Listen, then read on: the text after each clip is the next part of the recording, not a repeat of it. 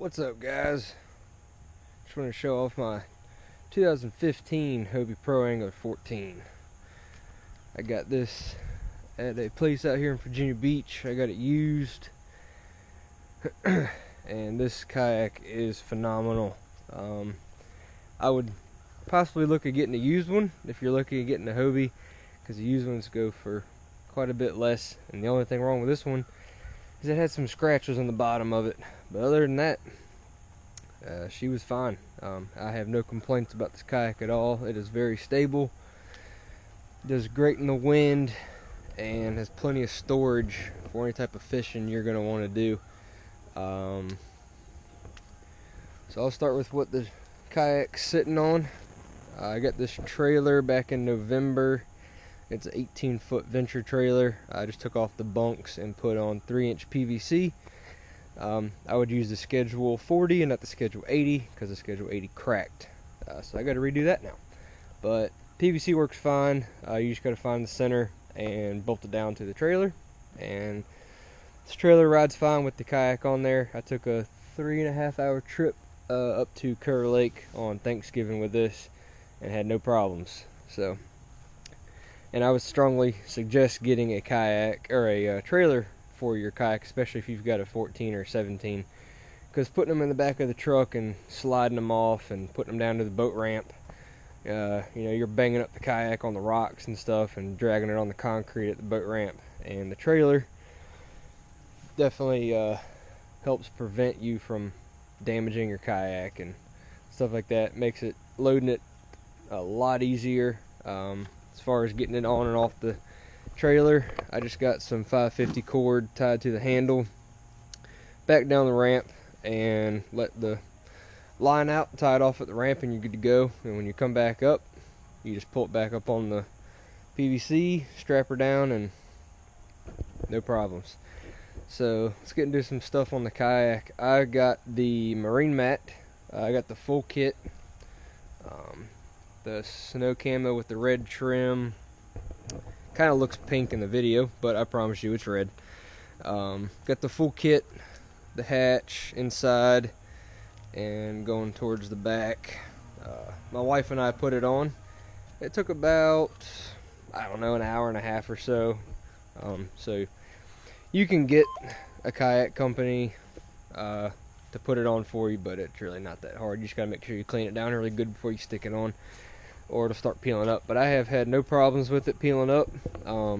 It cleans up easy. The only thing I would have done different is got black right here where my feet go, because the white dirties up pretty easily, obviously. For you of you not familiar with Hobies, they got a big front hatch here. I just got rain gear, bungee cord, beanie, the 550 cord I use to help launch the boat. This can also be a cooler. You can throw tackle in here, whatever you want to use it for. Got the battery mount for my fish finder. I got the Lowrance right there. Hobie, when they designed these things, designed them with ease of installing stuff in mind. So if you're thinking about getting some electronics of some sort, Lowrance and Hobie came together and made it super easy. I did not do a video on that because I did not have a GoPro at the time, but if anybody wants me to show you how I put it in, just comment below and I can kind of run you through on how I did it. If not, I believe Lowrance has one that goes in detail and it's really easy. It helped me out a lot. I showed you the hatch. Up here in the front, you got your Mirage drive. This is not the new one that does reverse. I'm pretty sure you can go buy them if you want to, but this is just the old style they had. Works just fine for me. These brackets, if you run into a stump, will bend, but they're meant to do that so you don't damage the Mirage drive itself. I bent it a little bit about a year ago and bent it right back in place. So if you got one and you're trying to figure out how to bend them back, you just put them in a vise and wrap them up in a towel, and they bend back fairly easy. My rise drive fits right here in the middle, but I can't put them down because it's sitting on the trailer. Hobies also have, let me get this thing out of the way, extra storage for tackle. Got a little tackle box here. I keep some hard baits, frogs and stuff like that. This hatch is going to help you install your battery for your fish finder.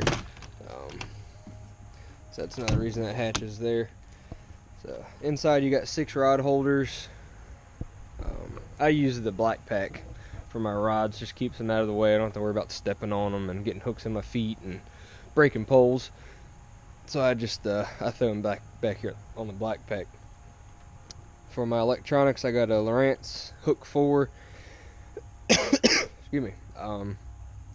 It's just your chirping sonar, no GPS. Like I said, mounting these things is really easy. You get a ram mount and the Hobie H-rail mounts. It mounts right to there. It took me, I don't know, hour or two to hook everything up one weekend.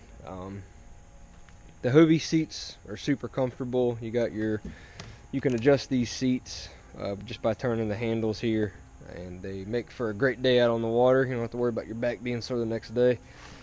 Just PFD. Got your measuring board.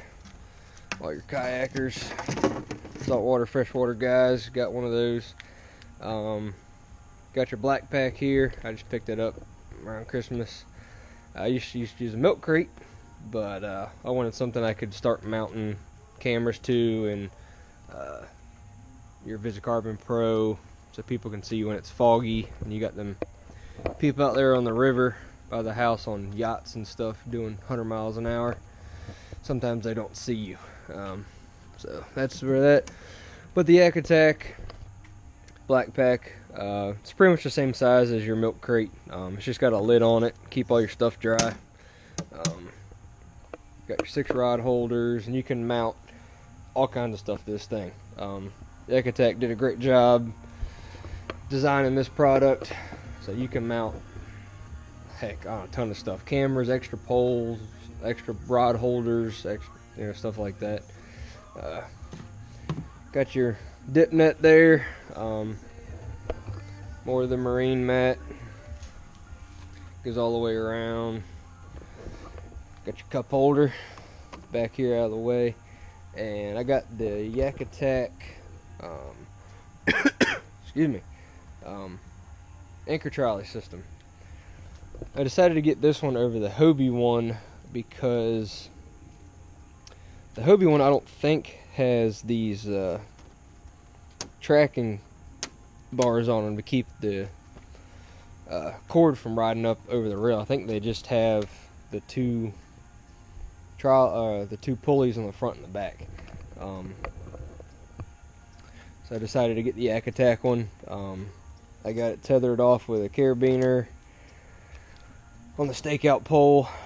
I decided to do that after a couple weekends of going out and trying to stick the pole down in here where I got a fish on. So I was like, you know what, I'm sick of doing that. So I tied it off to a carabiner and got about 3 or 4 feet between that and the stakeout pole.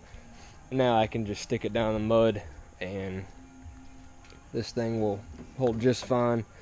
And this slides back and forth so you can adjust in the wind, and it also locks in place if you want to hold your position. A little bit cheaper than the Power Pole Micro. You can get one on each side. I eventually want to get the Power Pro Micro Anchor, but those are a little expensive, so gotta keep saving up for that. So that is pretty much it. This is just a basic setup every day when I go out bass fishing. I go out around the Virginia Beach area, Back Bay, North Landing River, some of the small lakes and stuff up on Northampton. I've been up there. So been out to Suffolk a couple times, but you'll know it's me on the water when you see that water pony sticker. Alright, thanks for watching, guys, and I'll catch you all on the water.